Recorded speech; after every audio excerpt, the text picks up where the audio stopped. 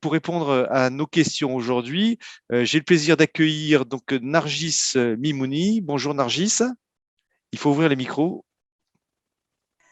Bonjour à tous. Voilà, bonjour Nargis. Vous êtes chef de projet énergie renouvelable et efficacité énergétique à l'AREC. J'ai le plaisir d'accueillir également Thomas Sanchez. Bonjour Thomas. Bonjour.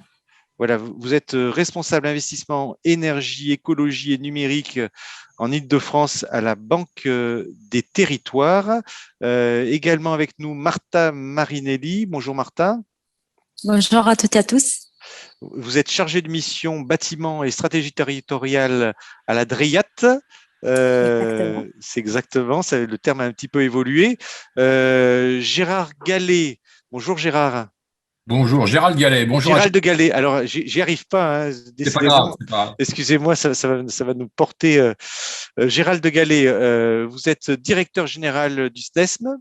Vous allez nous expliquer ce que vous faites. Ensuite, Christophe Parizeau. Bonjour Christophe. Bonjour. Vous êtes le directeur de Seine-et-Marne Environnement. Voilà, directeur Seine-et-Marne Environnement. Merci à tous les quatre d'être avec nous pour cette table ronde. Alors, on a une table ronde pour commencer. Donc, aujourd'hui, pour vous, cher public, collectivités et entreprises, on va essayer de faire un tour d'horizon complet de ce sujet qui est le décret tertiaire. Alors, peut-être, Nargis, pour l'AREC, on peut commencer par une petite présentation de l'écosystème parce qu'effectivement, on est plusieurs autour de la table. Qui fait quoi dans ces affaires? Tout à fait. Alors, effectivement, à l'AREC, Agence régionale énergie-climat, on a l'avantage de pouvoir avoir une vue d'ensemble un peu des acteurs franciliens et justement de leur rôle et de leur complémentarité.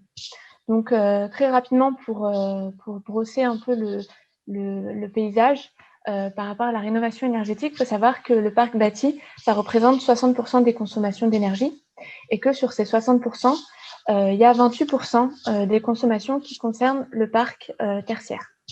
Donc, la question, c'est effectivement, on voit bien qu'il y a un besoin au niveau de la rénovation énergétique sur ce parc-là, mais des vraies difficultés pour les collectivités, notamment aller chercher des acteurs, et puis aussi une difficulté par rapport il y a une grande part d'inconnu sur le suivi de l'efficacité énergétique, et puis justement des données existantes en termes de volume de surface. Et c'est là où, justement, dans le contexte réglementaire, l'obligation du décret tertiaire, elle va être, il faut la voir comme une opportunité, justement, d'améliorer ce suivi. Et en effet, on va avoir donc dans les acteurs du territoire, en ligne directrice, les services de l'État, dont la DRIAT, aujourd'hui, qui justement permet la définition des objectifs et puis aussi de mettre en place, ces services de l'État et permettent aussi de mettre en place des moyens pour répondre aux besoins des acteurs, pas que des collectivités. Et donc, notamment, j'ai en tête le plan de relance, on a aussi les dotations de soutien à l'investissement local. Et puis ensuite, on a, pour soutenir un peu le passage à l'action des collectivités, au-delà de ces moyens-là qui sont déployés par l'État, on a une articulation des acteurs du territoire qui est peut-être difficile à appréhender au premier abord, mais il faut savoir qu'ils sont vraiment très complémentaires, à la fois sur les spectres de mission, mais aussi sur les différentes échelles. Donc, on va avoir des acteurs qui vont se situer plus sur l'accompagnement, donc à la fois des solutions techniques, mais aussi sur la formation des équipes, la coordination de l'ensemble d'une opération. Je pense notamment au syndicat d'énergie, je pense à d'autres structures comme la FNCCR qui a mis en place son programme ACTE. Et puis, on va avoir aussi des acteurs qui vont plutôt se situer sur l'aide au financement. Donc, comment bien réfléchir son modèle pour qu'il puisse être adapté au projet de la collectivité. Donc, on va avoir des acteurs comme la T2E, la Banque des Territoires, qui vont pouvoir relayer des dispositifs, mettre en place aussi des dispositifs de financement, donc que ce soit des prêts, des dispositifs plus innovants comme l'intracting, relayer les dispositifs comme les certificats d'économie d'énergie, les C2E, ou d'autres subventions qui peuvent être accessibles aussi. On a aussi des acteurs qui vont être plus à l'échelle locale. Et puis notamment, tout simplement, on a aussi des collectivités qui peuvent être un relais d'information, c'est-à-dire que certaines collectivités ont déjà mis en place des projets et donc elles peuvent être une ressource en termes de retour d'expérience ou d'opérations qui ont été menées à bien en termes d'efficacité énergétique. Et on a donc aussi à l'échelle plus locale les ALEC, Agences locales de l'énergie et du climat, qui, elles, en Île-de-France, sont au nombre de 10. Et elles travaillent à la fois avec des particuliers, des collectivités et des entreprises. Donc, elles ont une très bonne vision des acteurs locaux et elles permettent d'accompagner la collectivité à la fois sur des questions de formation, de conseil et aussi parfois d'assistance au montage de projets. Ça peut être, c'est vrai que les ALEC, elles peuvent être une ressource sur de nombreuses questions. Et ensuite, pas des moindres aussi, on a tout ce qui va être acteurs privés sur le territoire, qui vont du coup là plus apporter une réponse technique. Une fois que la collectivité, elle a identifié sa méthodologie, et elle a vraiment travaillé son projet et elle sait, elle a défini ses orientations. Là, elle peut aller chercher des métiers pour compléter ses expertises. Oui, donc on voit tout un panel d'intervenants et d'ailleurs, dont certains sont autour de la table aujourd'hui. Alors peut-être pour Martha, pour la Dreyat, vous, je crois que vous avez mis en place des kits d'accompagnement. Oui, donc tout d'abord, un petit rappel pour ce qui est de la rénovation énergétique du parc tertiaire. Les dispositifs éco-énergie tertiaire représentent désormais l'obligation réglementaire de référence pour tous les acteurs du secteur, privé et public, propriétaires et preneurs à bail de bâtiments de plus de 1000 mètres carrés hébergeant des activités tertiaires. Donc, ces dispositifs exposent ces acteurs à une double obligation, d'une part, de réduire les consommations énergétiques, que ce soit en termes relatifs, c'est-à-dire moins 40% d'ici 2030, moins 50% d'ici 2040, moins 60% d'ici 2050, soit d'atteindre de valeurs absolues fixées par arrêté. Or, en complément de ces obligations de réduction de consommation énergétique, il y a aussi une obligation de renseignement de l'attente de ces objectifs sur la plateforme Opérat, une plateforme gérée par l'ADEME qui est déjà disponible pour s'inscrire et sur laquelle il faudra renseigner ces objectifs. C'est l'attente de ces objectifs au plus tard les 30 septembre 2022. Or, pour atteindre ces objectifs, il y a plusieurs leviers d'action disponibles. Tout d'abord, améliorer la performance énergétique du bâtiment, puis installer des équipements performants et suivre la performance de ces équipements à travers une gestion active, optimiser l'exploitation de ces équipements à travers, par exemple, de contrats d'exploitation avec des objectifs de résultats et un suivi attentif, et puis éduquer, sensibiliser les usagers à un usage économe de ces dispositifs performants. Or, l'État, afin d'aider les collectivités à apprendre ces dispositifs, a mis en place tout un panel de dispositifs d'accompagnement, dont notamment 2 kits d'accompagnement. Les kits éco-énergie tertiaire qui rassemblent les informations ainsi que les étapes clés pour comprendre les dispositifs et passer à l'action, ainsi qu'une foire aux questions qui est mise à jour mensuellement, qui est disponible sur les sites d'éco-énergie tertiaire et que nous vous invitons à consulter régulièrement afin de répondre à des questions un peu plus ponctuelles. En complément, pour les collectivités locales, un kit d'accompagnement à destination exclusive des élus a été mis en place qui rassemble à la fois des informations sur les dispositifs éco-énergie tertiaire, mais aussi l'ensemble des acteurs et des leviers financiers et opérationnels mobilisables par la collectivité pour passer à l'action. En outre, ces kits d'accompagnement à destination des collectivités locales fournissent des exemples concrets d'actions qui ont été déjà menées, ainsi que une vision un peu plus ample de la rénovation énergétique, c'est-à-dire une illustration plus complète des avantages, pas seulement environnementaux et énergétiques de la rénovation énergétique, mais liés, par exemple, aux gains économiques en termes de maîtrise de budget ou encore des gains sociaux en termes de santé et résilience des citoyens ou encore de gains en termes de création d'emplois et relance économique. Oui, pardon, oui, Martha. Enfin, juste pour conclure, une plateforme aussi à disposition des collectivités, elle s'appelle Aide Territoire et elle rassemble l'ensemble des aides financières, des aides en ingénierie et des aides techniques mobilisables par la collectivité à l'échelle communale, intercommunale, départementale. Donc, nous vous invitons à vous connecter et à y renseigner vos besoins afin de trouver l'aide qui répond le mieux à vos besoins. Oui, Martha, donc on voit qu'effectivement, il y a ces plateformes, il y a ces acteurs, et vous parliez de financement. Et donc, je crois savoir, Thomas Sanchez, là, je rebondis pour vous, pour la Banque des Territoires, c'est qu'aujourd'hui, il y a quand même pas mal d'argent qui est disponible et auprès des collectivités pour la rénovation énergétique et dans le cadre du décret tertiaire.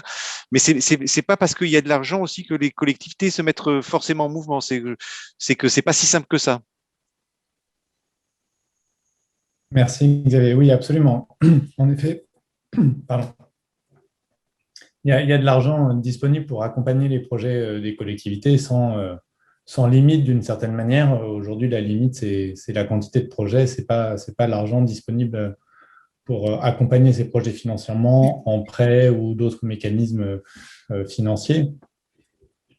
Tout l'enjeu est plutôt en interface avec justement les intervenants qui sont là aujourd'hui ce matin dans les phases d'accompagnement pour aider les collectivités à mûrir leurs projets, à les structurer en ambition énergétique, en stratégie de patrimoine dans le temps, dans des phasages, dans des rénovations lourdes sur certains bâtiments, dans des actions plus légères sur d'autres qui ont moins besoin d'être rénovés ou qui l'ont été trop récemment.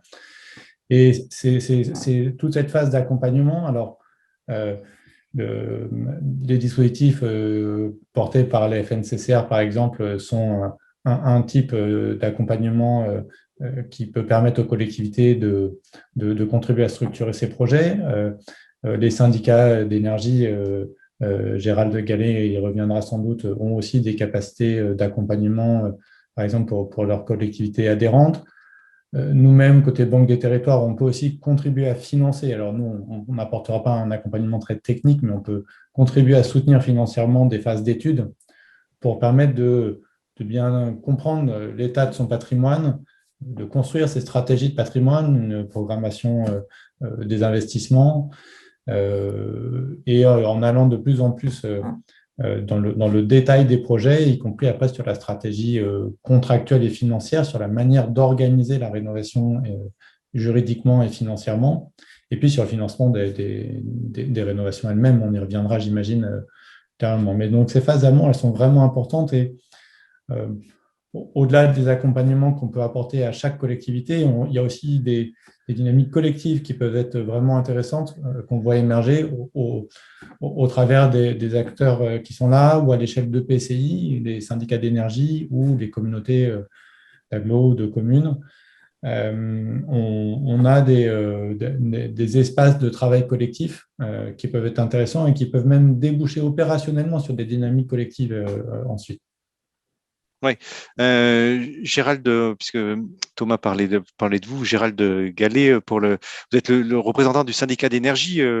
local sur lequel on est en direct de Seine-et-Marne. Et donc, effectivement, vous accompagnez les collectivités, vos collectivités qui sont adhérentes. Vous avez aujourd'hui beaucoup de demandes de la part de ces collectivités? Oui, tout à fait. Alors, c'est vrai que le syndicat des énergies de Seine-et-Marne, c'est 446 communes maintenant, pour un bassin d'environ 760 000 habitants. Donc, la moyenne des communes est d'environ 1700, 1800 habitants. Donc, on est au cœur du rural. Et bien évidemment, le rôle du syndicat, c'est d'accompagner ces collectivités qui, avec des élus particulièrement investis, ont peu d'ingénierie interne. Et donc, s'appuie sur le syndicat et son service énergie notamment, au travers d'une mission qui s'appelle le conseiller en énergie partagée, qui est un dispositif cofinancé par l'ADEME et qui nous permet, en mettant à disposition des moyens humains, d'accompagner les collectivités et les maires sur leur volonté de rénovation et d'efficacité énergétique.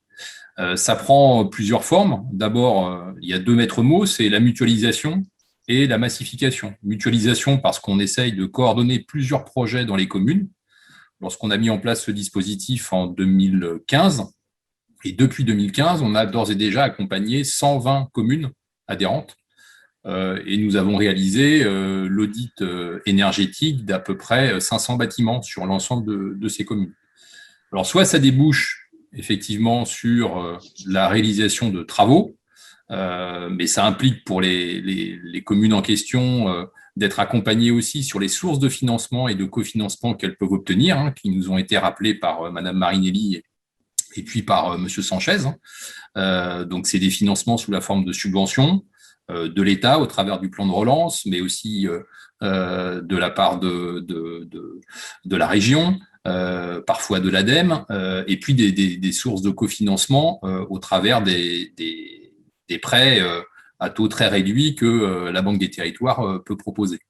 Ça, c'est le premier volet. Et puis, le deuxième volet, c'est d'accompagner les collectivités sur la phase technique, c'est-à-dire les accompagner dans la préparation des cahiers des charges, dans le choix des entreprises capables de réaliser les travaux, et puis dans la réalisation proprement dite des travaux. Et moi, j'ai trois exemples qu'on est en train de réaliser et qui sont la règle de mutualisation et de massification dont je parlais, un dispositif d'exploitation-maintenance des installations thermiques que nous avons mis en place avec l'aide et le soutien de la FNCCR au travers du programme Acté 1, dont nous avons été lauréats en octobre 2019.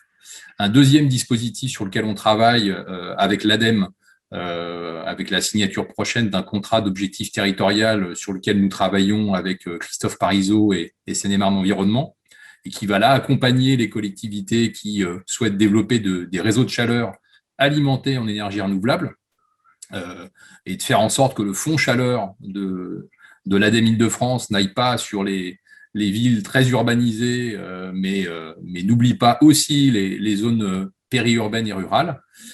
Et puis un cas très concret, parce que je sais que vous souhaitiez que je donne un exemple très concret, c'est l'exemple d'un gymnase, et on est au cœur du décret tertiaire pour le coup, un gymnase dans cette belle commune de Lizy-sur-Ourcq, 1300 mètres carrés, un gymnase qui a fêté ses 50 ans cette année, et sur lequel nous allons réaliser des travaux de l'ordre de 65 000 € pour modifier entièrement le système de chauffage de ce gymnase, et qui va permettre à la commune, en investissant 65 000 €, de diviser de plus de 40% sa consommation énergétique, et ce, dès la première année de fonctionnement. Donc, si on fait un rapide calcul entre l'investissement réalisé et les économies financières et énergétiques dégagées, ce sont des travaux qui vont être très rapidement amortis par la commune, et c'est la preuve à la fois de l'intérêt de réaliser ce type de travaux, de l'accompagnement que peut apporter en l'occurrence le syndicat des énergies, et de la volonté politique exprimée par les élus pour réaliser ces travaux et se conformer, même si le maire n'avait pas à l'époque en tête l'application du décret tertiaire, il va être pour le coup exemplaire sur le plan énergétique et sur le plan réglementaire. Oui, on voit des retours sur investissement qui sont extrêmement rapides, tout au moins sur cette première tranche, des 40% d'économie d'énergie d'ici 2030. Ça c'est intéressant comme chiffre, ça va donner des envies, j'espère, aux collectivités. Christophe Parizeau, pour l'agence locale de l'énergie, si je me trompe pas, SEM, Seine-et-Marne Environnement. Donc aujourd'hui, vous êtes l'accompagnateur finalement, peut-être aussi le bras armé, c'est-à-dire que les collectivités elles viennent vous voir aussi en premier lieu. Alors, oui, on va dire les petites mains plutôt que le bras armé. On essaye en effet d'être en relais si bien au niveau des communes qui feraient appel à nous, mais l'ESM est déjà très connu pour un certain Christophe, nombre. je crois qu'on a un son qui est pas très bon. Peut-être couper la caméra, ça sera peut-être mieux pour nous tous. Hein. Je vais couper la caméra. Voilà. Est-ce que c'est mieux comme ça? Ouais, c'est mieux comme ça, oui. Voilà, ouais. Désolé. Donc, en effet, le SDESM est bien connu des communes adhérentes, hein, mais quelquefois, il y a un besoin de sensibilisation, au final, de pouvoir aller au-devant des communes, de les resensibiliser, de reparler de ces économies d'énergie à faire sur le parc public.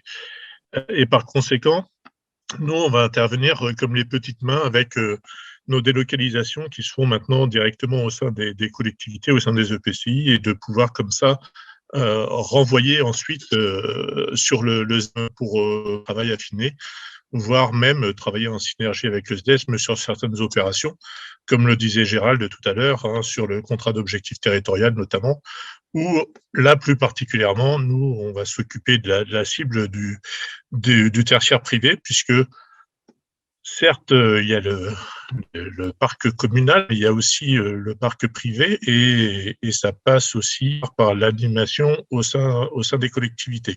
Alors pour ça, pour faire ces petites mains sur le terrain, on essaye d'être organisé, ça a été dit tout à l'heure, il y a beaucoup d'acteurs autour de la table. C'est très flou pour les collectivités, c'est encore plus flou pour les acteurs du privé. Et par conséquent, le but, c'est d'essayer de simplifier et de s'organiser entre nous de façon à être le plus efficace possible. Donc, encore une fois, oui, ce contrat d'objectif territorial est une forme de simplification. Il faut gérer toutes les demandes tertiaires privées liées à ces énergies renouvelables.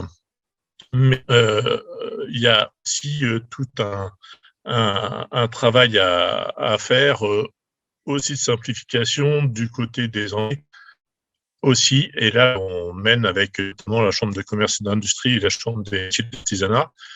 Le but, c'est de se servir aussi des collectivités leviers. On travaille, comme je vous disais, avec les EPCI, on travaille directement délocalisé, on organise des services de développement économique, des manifestations à destination des acteurs privés, du tertiaire privé, de façon à les sensibiliser justement à la rénovation énergétique. Donc, on va intervenir comme ça, plus comme un émulateur au niveau local, en essayant d'emmener le maximum d'acteurs et de les orienter après vers les bons acteurs, que ce soit le SDES, que ce soit la CCI, la CMA, et puis pour ceux qui ne sont pas forcément pris en compte dans ces dispositifs-là, pour les prendre en compte en direct.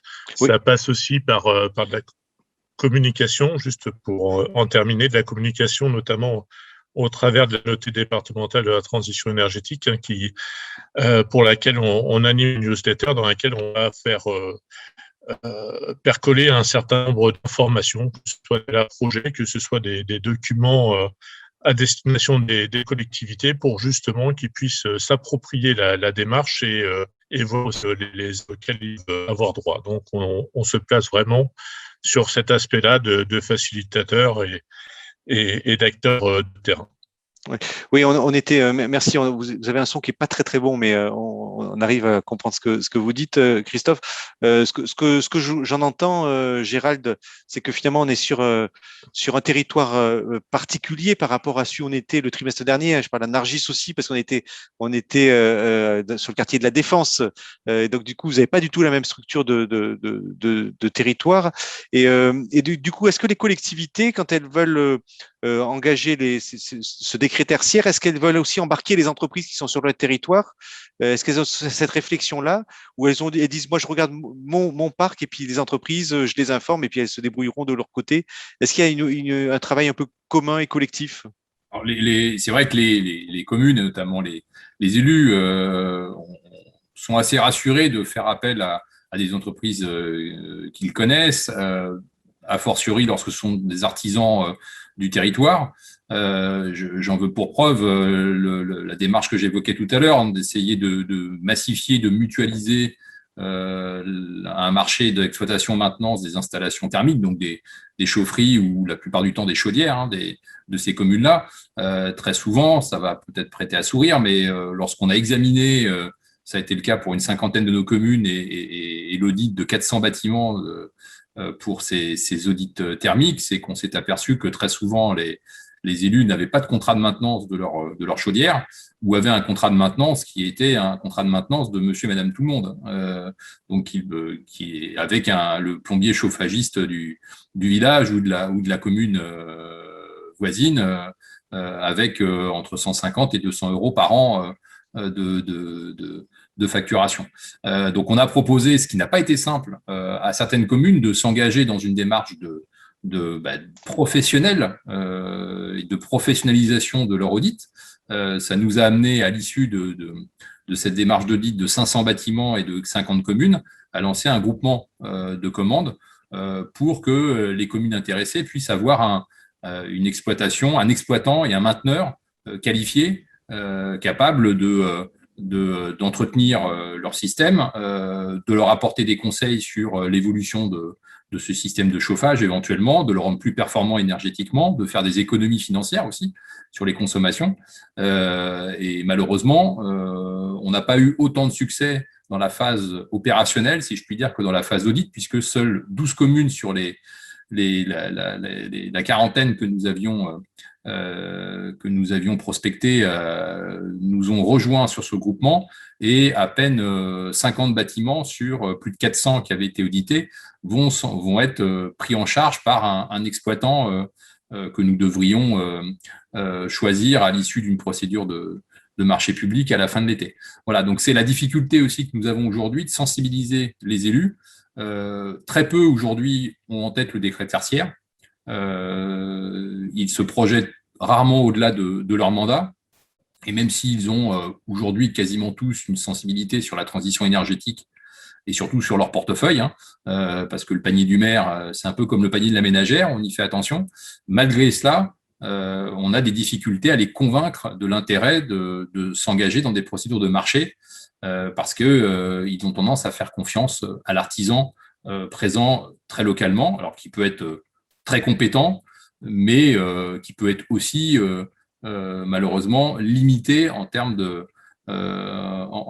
professionnels, en termes de moyens matériels mis à disposition, de moyens humains, par rapport à d'autres entreprises beaucoup plus spécialisées sur ce type de maintenance des installations thermiques. Oui, Thomas Sanchez, pour la Banque des Territoires, je crois que vous avez fait il y a eu une étude qui a été faite sur les freins qui sont, vous la connaissez, j'imagine, sur les freins des collectivités à engager des travaux, parce que c'est ce que vous décrivez, Gérald, c'est que il y a un audit qui est réalisé, puis j'ai envie de vous poser la question comment c'est financé ces audits, mais peut-être quelqu'un pourra répondre. Il y a un audit qui est réalisé, et puis qui le réalise et comment c'est financé. Il y a un audit qui est réalisé, puis derrière le passage à l'action est pas si évident que ça. Thomas, est-ce que vous avez quelques explications là-dessus?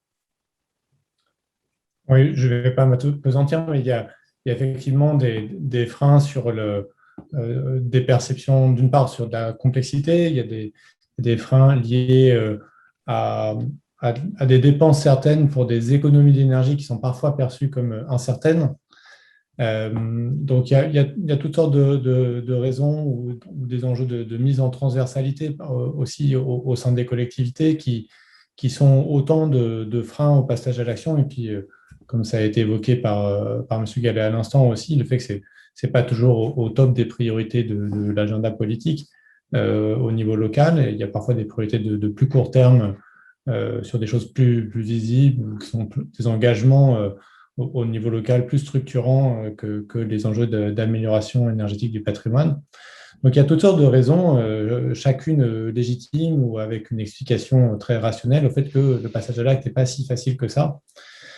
Donc c'est pour ça que même si l'exemple que M. Gallet évoque à l'instant peut un peu décevant d'une certaine manière, mais il y a aussi quand même un succès intéressant, parce qu'il y a une vraie dynamique réussie sur la première phase d'audit et quand même un peu de passage à l'acte qui se présente avec des premières communes. Et c'est pour ça, un peu comme je le disais tout à l'heure, et je vais aller un cran plus loin, côté Banque des Territoires, on essaye autant que possible de permettre ces dynamiques collectives. Donc, on a des outils de financement pour la conduite des opérations elles-mêmes qu'on peut proposer à chaque commune dans une logique d'opération pour un ou plusieurs bâtiments, avec des prêts de long terme pour des rénovations lourdes, avec des dispositifs complémentaires, un dispositif qu'on appelle Intracting qui est adapté à de la conduite d'actions plus légères sur des bâtiments qui n'ont pas vocation à être rénovés de manière lourde. Et ces mécanismes qu'on peut proposer à chaque commune en direct, on propose aussi de les mutualiser autant que possible entre collectivités. Ça peut être à l'échelle, comme je disais, d'une communauté de communes, ou ça peut être à travers un syndicat d'énergie. On a une première expérience qui se monte aujourd'hui dans le département de la Vienne, qui était très précurseur de ce point de vue-là, avec un mécanisme de mutualisation des dispositions de financement des opérations de rénovation énergétique, notamment pour permettre à des communes de taille variée, y compris des communes de petite taille, d'accéder aux outils de financement de la Banque des Territoires qui sont pas si faciles que ça d'accès pour les petites communes en direct. Donc, un peu toutes ces mécaniques qui vont venir réduire la complexité ou en tout cas faciliter le passage à l'acte, parce qu'on n'est pas tout seul, parce qu'on a plus d'accompagnement, parce qu'on peut s'inspirer de ce que font les voisins.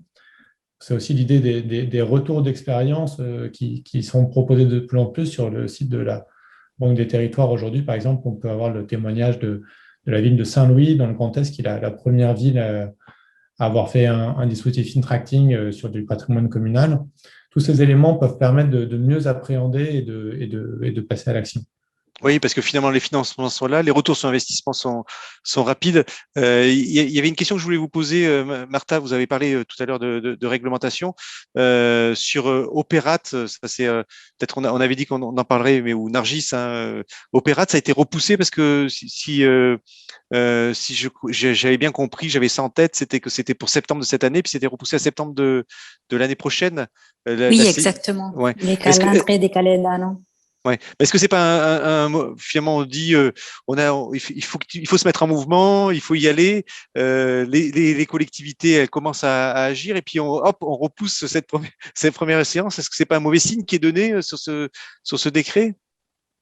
Ah non, au contraire, c'est un bon signe parce qu'il faut bien se préparer, bien apprendre les dispositifs, avoir le temps de mettre en place une vraie stratégie patrimoniale pour ce qui est des collectivités, pour les autres, avoir le temps de conduire des audits énergétiques, puis établir une stratégie efficace qui répond exactement aux besoins et aussi aux objectifs. Donc, ce n'est pas avoir comme un mauvais signe, mais plutôt comme un encouragement à profiter de ces moments qui nous a donné ces temps de plus pour justement préparer des stratégies efficaces. Oui, parce que ces stratégies, effectivement, là, peut-être pour Christophe ou Nargis, mais Nargis voulait compléter peut-être le propos. Oui, et puis je voulais juste dire effectivement que c'était aussi l'occasion de se saisir des outils qui étaient mis à disposition par les uns et les autres. Effectivement, donc on a eu une première phase où du coup il y a eu une agitation au sein des collectivités pour pouvoir justement répondre à ces obligations liées au décret. Et puis aussi il y a ce délai qui est donné et qui permet de se saisir de tous les outils que les collectivités ont eu à connaissance pour pouvoir au mieux rentrer dans les clous de ces nouvelles obligations. Oui, parce que Christophe, il y a une stratégie, comme le dit Martha, il y a une stratégie patrimoniale. Il ne faut pas réfléchir, juste je fais mon audit, je fais des travaux et puis je ne vois pas ce qui va se passer dans 10 ans. Non, il faut regarder à 30, 40 ans comment ça va se passer. Est-ce que les collectivités qui viennent vers vous, ou les entreprises, hein, de la même manière, est-ce qu'elles ont cette logique-là en tête? Parce que, et puis là, je fais aussi écho à à ce que disaient Thomas et Gérald, il y a aussi les élections, et donc on est mis dans un mouvement de tous les 5 ans, et donc d'avoir des retours sur investissement rapides, alors que là, on est quand même dans une mécanique où il faut voir plus long terme. Oui, en effet, et malheureusement, non, c'est pas retourné. On était sur une montée de rentabilité à court terme, de savoir quelle efficacité extrêmement. Et donc, en effet, cette notion d'investissement, alors autant sur le patrimoine neuf, elle s'entend et on voit des projets sortir, autant sur le patrimoine existant, il est beaucoup plus difficile à mettre en œuvre. Et par conséquent, on a vraiment du mal à convaincre, même si, comme l'a montré Gérald de Gallet tout à l'heure, hein, on peut très vite avoir des retours sur investissement, notamment avec en plus le coût de l'énergie qui augmente. Mais c'est une notion patrimoniale avec des investissements qui peuvent être lourds. Maintenant, il faut voir plusieurs choses. Pour le moment, on parle beaucoup de l'aspect tertiaire en termes réglementaires, mais il y a aussi beaucoup de tertiaire qui est en dessous des seuils réglementaires. Aujourd'hui, il y a des aides d'État, notamment dans le cadre du plan de relance. Ces aides-là, elles n'existeront pas toujours. Et aujourd'hui, on est au meilleur moment pour justement avoir une opération qui permette d'une part de rénover et donc de faire des économies d'énergie substantielles, mais aussi d'avoir de moindres dépenses pour la collectivité, même pour les entreprises, parce que justement une partie est subventionnée. Donc, c'est tout ça qu'il faut voir. Toutes les communes n'ont pas des bâtiments de 2000 mètres carrés. Beaucoup ont plein de petits bâtiments éparpillés sur leur territoire qui passent au travers des mailles et qui, pour autant, sont autant de zones de déperdition d'énergie, généralement, souvent pas du tout maîtrisées, voire pas du tout. Oui, Christophe, Gérald, pardon, parce que le son n'est pas très bon, Christophe, quand tes communes viennent vous voir, elles disent je veux faire tous mes bâtiments, quelle que soit la surface, ou c'est on va se cantonner qu'à ceux de plus de 1000 mètres carrés. Qu'est-ce qu'elles vous disent? Alors, très souvent, je rejoins ce que disait Christophe Parizeau, c'est vrai on est sur des communes, la moyenne des communes qui viennent nous voir font environ 1000 habitants. Donc, elles ont un patrimoine immobilier qui est relativement limité. C'est en général l'hôtel de ville, parfois une salle polyvalente ou une école si elle est le siège du regroupement pédagogique. Je mets de côté bien évidemment l'église.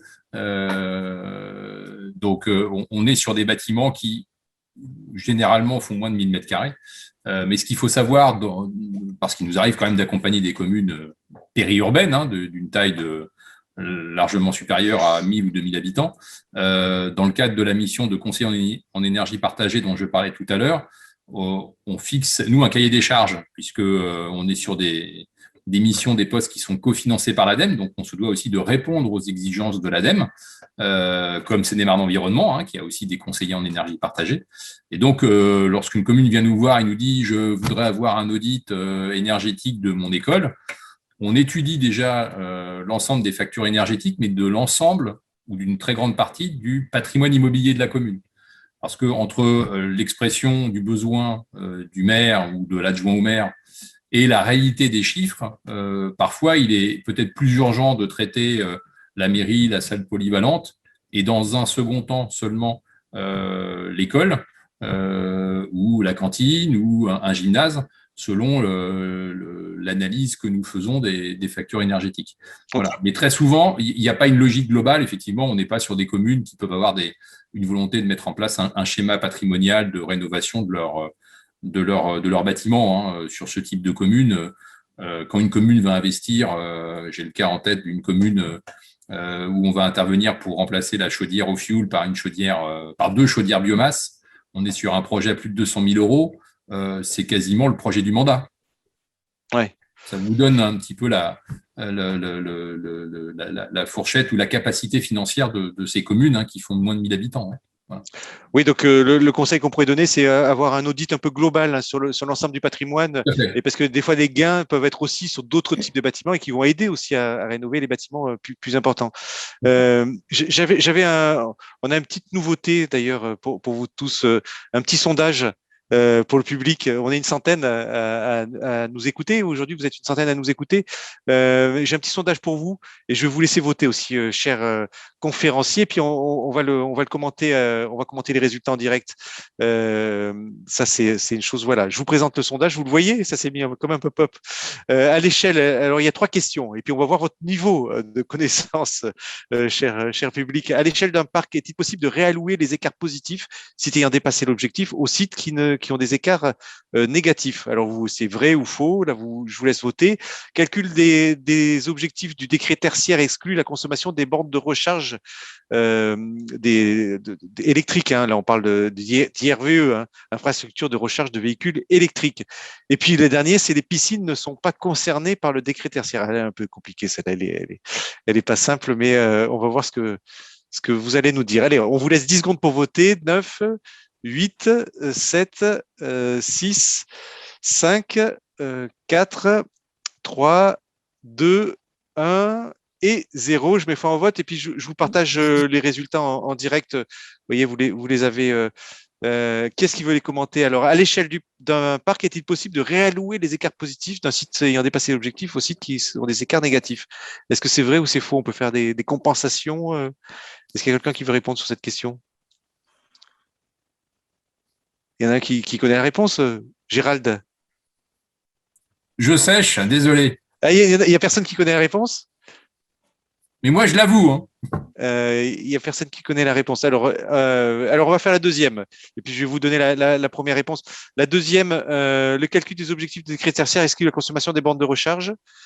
Est-ce que vous l'avez la réponse là?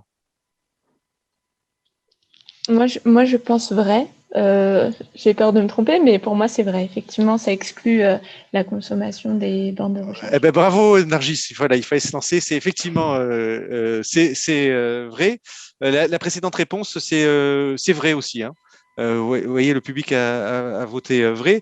Et puis la troisième, les piscines ne sont pas concernées par le décret tertiaire. Alors, est-ce qu'il y a quelqu'un qui veut répondre? Est-ce qu'elles sont concernées ou pas? Elles sont bien concernées. Elles sont bien concernées. Donc, la réponse, c'est faux. Les piscines sont bien concernées, donc il fallait répondre faux. Eh ben, le public avait répondu à peu près correctement. Hein, vrai. Effectivement, on peut réallouer et les bornes de recharge, c'est bien exclu.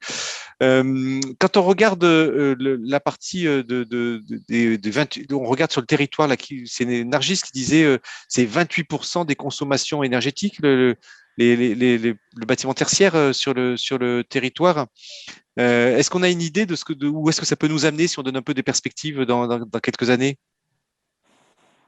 Non, c'est vrai qu'effectivement, on n'a pas de projection dans le temps par rapport à ces objectifs. Donc, l'idée, effectivement, c'est de diminuer les consommations. On a la région met en place des stratégies. Après, sur des projections, c'est vrai que on n'a pas trop de visibilité sur ce qui pourrait être, enfin, ce qui pourrait être atteint en fonction des actions. On a des objectifs nationaux, mais c'est vrai que voilà, moi, j'ai pas en tête de chiffres ou d'études qui a vraiment chiffré ce parc bâti tertiaire. Ouais. Thomas Sanchez pour la Banque des Territoires, on n'a pas parlé plan de relance. Est-ce qu'on peut en parler quelques minutes, le plan de relance pour redire aux collectivités ce dont elles peuvent bénéficier là-dedans? Et puis c'est quoi les échéances, les prochaines échéances? Oui, absolument. Alors, peut-être il me semble que c'est Martha qui disait tout à l'heure, ou Christophe Parizeau, il n'y a jamais eu autant de soutien pour conduire d'actions d'efficacité énergétique sur les bâtiments tertiaires, c'est vrai aussi sur le parc privé d'ailleurs, y compris le logement, qu'aujourd'hui, depuis une dizaine d'années, la Banque des Territoires accompagne les enjeux de rénovation énergétique, même un peu plus que ça. Aujourd'hui, entre les dispositifs d'aide à travers la DSIL, à travers différents mécanismes qui ont été évoqués là, la mobilisation des acteurs aussi, et les syndicats syndicats d'énergie qui sont de plus en plus présents sur ces sujets, des organismes comme l'AREC, les agences locales de l'énergie, tout le monde est sur le pont. Il y a plus de subventions qu'il n'y en a jamais eu. Et il y a des dispositifs de financement en prêt à taux modéré qui sont aussi présents comme rarement. Donc là, il y a un alignement à la fois avec une logique de soutien très fort, en même temps qu'il y a des obligations réglementaires qui arrivent, ce qui, ça, est pour le coup nouveau. Je ne sais pas de quoi l'avenir sera fait. Ça appartiendra aux décideurs politiques nationaux dans les prochaines années, mais là, il y a un moment très singulier. Le plan de relance, il est venu améliorer des dispositifs qui préexistaient, par exemple en faisant baisser les taux pratiqués sur certains mécanismes. Aujourd'hui, on a un outil qui s'appelle Intracting qui permet de faire plein d'actions d'économie d'énergie rentables en moins de 13 ans maximum. Le taux avant le plan de relance, il était à 2%. Aujourd'hui, il est à 0,25%. La Banque des territoires, pour les collectivités qui ont des projets comme ça, peut apporter la totalité de besoins de financement pour conduire les actions d'économie d'énergie. Ça aussi, c'est une évolution liée au plan de relance. Avant, on se contentait de la moitié. On est capable de mutualiser des choses. Là, ce n'est pas spécifique au plan de relance, mais ça fait partie des évolutions réglementaires permises par le passé. Donc aujourd'hui, comme je l'ai déjà dit, les villes peuvent mettre en commun une action et organiser leur financement de manière commune, ou confier à un EPCI la charge de structurer un financement. Les syndicats d'énergie peuvent le faire, des communautés de communes peuvent le faire pour le compte des villes du territoire. Donc, on a beaucoup de dispositifs, on a beaucoup de dispositions qui sont issues du réglementaire, font qu'il y a un momentum très particulier pour passer à l'action. Et puis, peut-être pour donner un éclairage un peu complémentaire à ce qu'on a dit, effectivement, on a besoin de connaître son patrimoine. Évidemment, on a besoin de projeter une programmation dans la durée sur son patrimoine. C'est très important aussi de se mettre le pied à l'étrier et de passer à l'acte. Et si on a un patrimoine qu'on ne connaît pas très bien, qu'on n'a pas les idées très claires sur où on veut aller, sur quel bâtiment prioriser, etc., je pense que la meilleure des solutions, c'est encore de pousser la porte, ou en tout cas, si ce n'est pas physiquement, c'est via Teams ou autre, enfin un outil virtuel, d'une ALEC, de la REC, du syndicat d'énergie, de la Banque des territoires au besoin, des différents acteurs qui sont là pour accompagner. Parce que selon le niveau de connaissance qu'on a et selon l'étape où on en est de sa démarche, il y a des dispositifs d'accompagnement adaptés, des premières étapes jusqu'au plus détaillé sur le passage à l'action concret dans les montages juridiques et financiers. Mais tous ces dispositifs existent, donc il faut vraiment, il faut se lancer, engager les premiers pas. Un dispositif comme l'Intracting, par exemple, consiste à permettre de financer des actions d'économie d'énergie très simples. On va changer des chaudières, on va faire de la régulation, on va changer des ampoules, des petites choses, même sur des bâtiments qu'on ne va pas entièrement rénover. On n'a pas besoin de faire des tonnes d'études amont pour mettre en place un dispositif comme ça, finalement. C'est des mots qui peuvent paraître un peu barbares, mais pour des choses assez simples, finalement, dans la mise en œuvre. Donc, si j'ai un message important, c'est que il faut passer à l'action. Oui. Et même si on n'a pas encore une PPI complète, on peut quand même aller voir les acteurs que nous sommes les uns les autres pour faire les premières étapes et obtenir du soutien technique, humain et financier pour même ces premières étapes. Oui, on peut dire là ce que vous dites, vous avez tous des points de vue vous avez points de vue complémentaires, mais effectivement, ce que vous dites, c'est qu'on peut commencer par des petites choses sans faire des gros audits et passer à l'action sur des choses assez simples et sur lesquelles on va avoir des retours sur investissement rapides et avec des financements qui sont déjà existants. Et puis on a aussi entendu dans cette table ronde que on peut prendre un peu de recul aussi pour Opérat. C'est ce que disait Martha en disant on nous en a un an de plus aussi pour prendre un peu de recul. Est-ce qu'on peut pas aussi imaginer qu'on fasse un peu des deux, c'est-à-dire que les collectivités commencent à faire des petites actions et puis ça leur permet de construire un plan, de s'acculturer et de construire un plan un peu plus global à moyen terme. Est-ce que Martha, il y a des aides pour ces audits pour lancer pour avoir cette réflexion? Oui, il y a des aides de la Banque des territoires pour justement tout ce qui est la phase d'études préalables. Ensuite, il ne faut pas oublier les appels à manifestation d'intérêt du programme ACTE porté par la FNCCR qui aussi aide les collectivités à mettre en place un audit énergétique à travers aussi les financements d'un économe du flux. Oui, on en a parlé du programme Acté, mais c'est quoi le programme Acté, là, juste pour le décrire, parce qu'on a beaucoup d'acronymes Oui, dans c'est vrai. C'est un programme de CDE, c'est-à-dire financé par de certificats d'économie d'énergie. Donc, c'est un programme de aide financier qui est justement financé à travers des économies d'énergie que les travaux des rénovations énergétiques permettent de atteindre dans l'immeuble. Donc, à travers ces économies d'énergie qui sont repayées par des certificats des CDE, des certificats des économies d'énergie. Les programmes actés peuvent se financer justement de postes d'économes des flux qui peuvent aider la collectivité à justement conduire un audit énergétique ou mettre en place une stratégie de rénovation énergétique. Oui. Les programmes, on vous a entendu, hein, ça n'a pas coupé, Martin. Oui, je vous rassure. Les programmes actes ou actés, je ne sais pas comment. Actés. Les programmes actés, Gérald, aujourd'hui, les communes s'en emparent pour lancer des audits. Alors, c'est ce que je disais, hein, c'est là l'intérêt d'un syndicat d'énergie, c'est de mutualiser ce type de démarche. Ouais. C'est la raison pour laquelle le SDESM avait porté un dossier pour bénéficier du premier programme acté qui avait été lancé en 2019 et dont nous avons été lauréats avec une demi-douzaine d'autres syndicats ou collectivités d'ailleurs, principalement des syndicats d'énergie. Donc c'est un programme, nous, qu'on a porté avec nos homologues collègues des Yvelines. Et ça nous a permis de bénéficier d'une aide financière qui, en complément de celle de la Banque des Territoires, nous a permis de financer les 400 audits de bâtiments dont je parlais tout à l'heure, hein, qui ont coûté la bagatelle de 350 000 € au total, donc un peu moins de 1 000 € par bâtiment d'audit, pris en charge par le programme acté de la FNCCR, donc financé par des certificats d'économie d'énergie, par la Banque des Territoires, par un complément que le syndicat a aussi à apporter, de telle manière à ce que finalement la contribution de chaque commune a été inférieure à 150 €. Voilà. Oui, donc c'est pas grand-chose pour Ils avaient un audit. Alors, je parle bien d'audit énergétique et thermique. Hein. Je ne parle pas de diagnostic de performance énergétique comme peuvent le faire les diagnostiqueurs pour une maison d'habitation. Oui.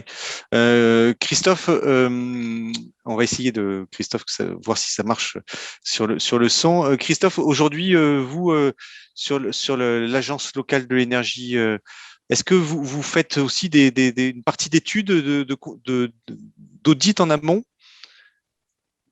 Alors, nous, on fait en effet pas d'audit. On est en train de s'articuler avec le SDESM pour pouvoir venir en complémentarité et justement que ça reste clair pour les collectivités. Mais en effet, on va utiliser la même méthodologie que le SDESM pour les communes qui le souhaitent, soit qui ne font pas partie du SDESM, soit en accord avec le SDESM pour pouvoir les accompagner au mieux. Donc, oui, on a bien cette volonté de faire ce qu'on va appeler des pré-diagnostics de façon à pouvoir conseiller au mieux les collectivités, l'audit énergétique restant des missions du secteur privé. Ouais. Est-ce qu'il y a des plateformes sur lesquelles une collectivité qui aura envie de s'amuser pourrait faire un pré-diagnostic comme ça un peu en ligne pour avoir une idée? Est-ce que ça existe, ça? Moi, j'aurais tendance à dire non, mais si ça existe, c'est un peu aberrant vu la diversité des typologies de bâtiments communaux qu'on peut avoir, et encore plus de bâtiments tertiaires en général, avec des usages très différents. Dans une grande partie des bâtiments communaux, la rénovation énergétique n'est peut-être pas nécessaire, hein, comme ça a été dit tout à l'heure. On s'aperçoit que quelquefois, c'est juste l'usage qui peut être adapté pour déjà faire des grosses économies d'énergie. Et ensuite, oui, on a vraiment des diversités de contextes, d'usage, de typologie de bâtiments qui rendent ce type d'outil, à mon avis, assez complexe à mettre en œuvre. Oui. Ce qu'on peut dire, je vois le temps qui file, ce qu'on peut dire aux collectivités qui nous écoutent aujourd'hui, elles sont nombreuses, c'est vous avez envie de commencer quelque chose, contactez ou le syndicat d'énergie ou l'agence locale de l'énergie.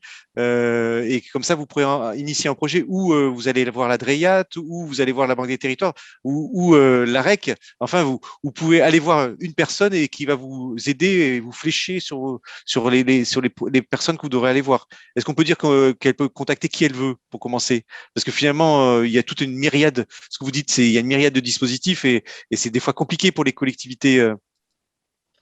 C'est vrai qu'au niveau local, qu'elle nous contacte nous ou qu'elle contacte le SDES, mais de toute façon, vu qu'on travaille ensemble et en bonne intelligence, il n'y aura pas de problème. On saura bien la conseiller et bien l'orienter et s'articuler avec le SDES là-dessus. Voilà, donc effectivement, juste, Xavier, je compléterai effectivement pour toutes les collectivités qui sont du 77, directement, effectivement, ici, on a dans cette table ronde les bons interlocuteurs. Et pour toutes celles qui sont franciliennes et qui ont rejoint la conférence, pas forcément en s'orientant sur le territoire du 77, nous aussi, en tant que structure, on peut vous orienter vers les homologues des syndicats d'énergie et des ALEC sur les autres départements, autres collectivités du territoire.